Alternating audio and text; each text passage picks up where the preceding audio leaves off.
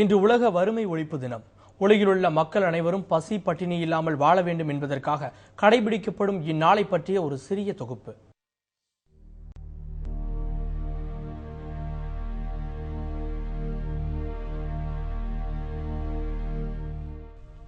ஐக்கிய நாடுகள் சபை பல நாடுகளின் ஒத்துழைப்புடன் வறுமை ஒழிப்பு தினத்தை அறிவித்து ஆண்டுகள் அதிகரிப்பதைப் போலவே உலகில் வறுமையில் வாடும் மக்களின் எண்ணிக்கையும் அதிகரித்துக் கொண்டே போகிறது.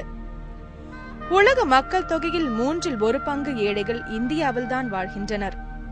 உணவு உற்பத்தியில் தன்னிறைவு அடைந்ததாக சொல்லிக் கொள்ளும் ஜனநாயக நாடான இந்தியாவில் 230 மில்லியன் ஊட்டச்சத்து குறைவான மக்களும் 5 வயதுக்கு குறைவான சிறார்களில் 43% எடை குறைவாகவும் உள்ளனர். மேலும் உலக பசி அட்டவணையில் இந்தியா 94வது இடத்தில் உள்ளது என்று அறிவிக்கிறது ஒரு புள்ளி விவரம். இது நாம் தினம் தினம் சொல்லி பெருமைப்பட்டுக் கொண்டிருக்கும் பொருளாதார வளர்ச்சியை மிஞ்சிய வறுமை வளர்ச்சி. குடியரசுத் தலைவரின் வெளிநாட்டு பயணங்களுக்கு சுமார் 205 கோடி செலவு செய்யும் அரசு நடத்தப்படாமலேயே ஒத்தி வைக்கப்படும் நாடாளுமன்ற கூட்டத்திற்கு நாள் ஒன்றுக்கு 2 கோடி செலவு செய்யும் நம் தேசம் பசி பட்டினியால் செத்துக் கொண்டிருக்கும் ஏழைகளிடம் பாராமுகமாகவே இருப்பது ஏன் என்று புரியவில்லை. விவசாயத்தை முக்கிய தொழிலாக கொண்ட நம் தேசத்தில் இன்று விவசாயமே இல்லாமல் போய்விட்டது. கடந்த 10 ஆண்டுகளில் 2 லட்சம் விவசாயிகள் தற்கொலை செய்து கொண்ட அவலம் நம் தேசத்தில் நடந்தேறியுள்ளது. புதிய பொருளாதார கொள்கை, அந்நிய நேரடி முதலீடு என்று நாட்டை தாரை வார்க்கும் பொழுது வறுமையை ஒழிக்க முடியாது, செழிக்கத்தான் செய்ய முடியும். ஆட்சியும் ஆள்பவர்களும் மாறிக்கொண்டே இருந்தாலும் மக்களின் நிலை பாதாளத்தை நோக்கித்தான் சென்று கொண்டிருக்கிறது. தங்கள் மீதான ஊழல் புகாரை மறைக்கவே 5 ஆண்டுகள் ஆகும் இந்த காலகட்டத்தில் மக்களை கவனத்தில் கொள்ள நேரம் இருப்பதில்லையே ஆட்சியாளர்களுக்கு. உலகத்திலே பசியின் காரணமாக இறந்து போகக்கூடிய 20,000 பேர்களிலே, தினம்தோறும் இறந்து போகக்கூடிய 20,000 பேர்களில் 8,000 பேர் இந்தியர்களாக இருக்கிறார்கள் என்ற ஒரு குறிப்பை ஐநா மன்றம் வெளியிட்டிருக்கிறது.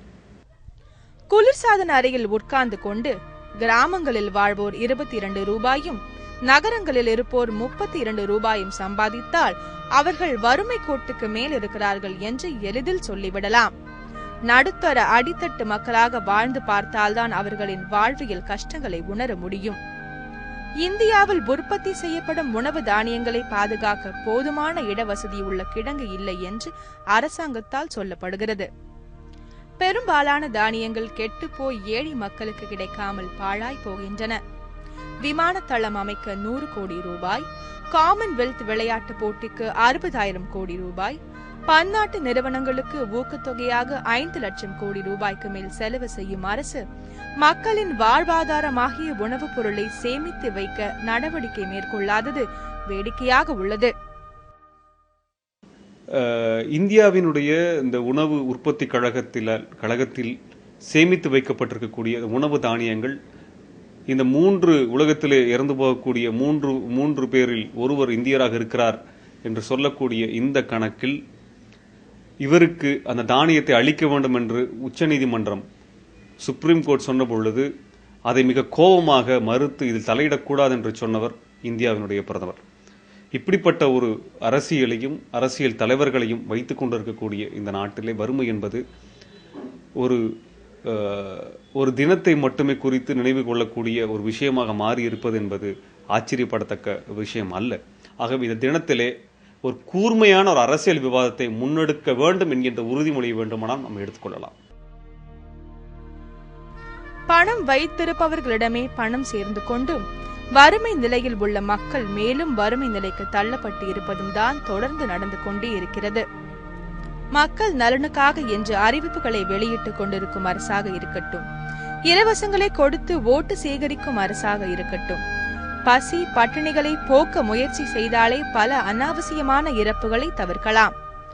ஊழல் சுரண்டல் செய்பவர்கள் இல்லாமல் போனால் மட்டுமே மக்களிடத்தில் இல்லாமை இல்லாமல் போகும்.